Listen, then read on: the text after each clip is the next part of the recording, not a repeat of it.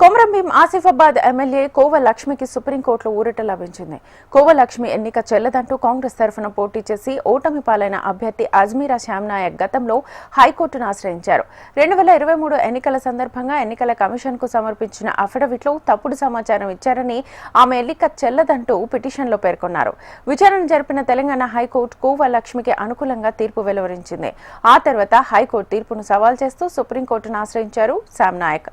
సుప్రీంకోర్టులోనూ కోవ లక్ష్మికి అనుకూలంగా తీర్పు వచ్చింది. న్యాయమే గెలిచిందని ఎమ్మెల్యే కోవ లక్ష్మి ఈ సందర్భంగా అన్నారు. ఈరోజు ధర్మమే గెలిచింది. ఈరోజు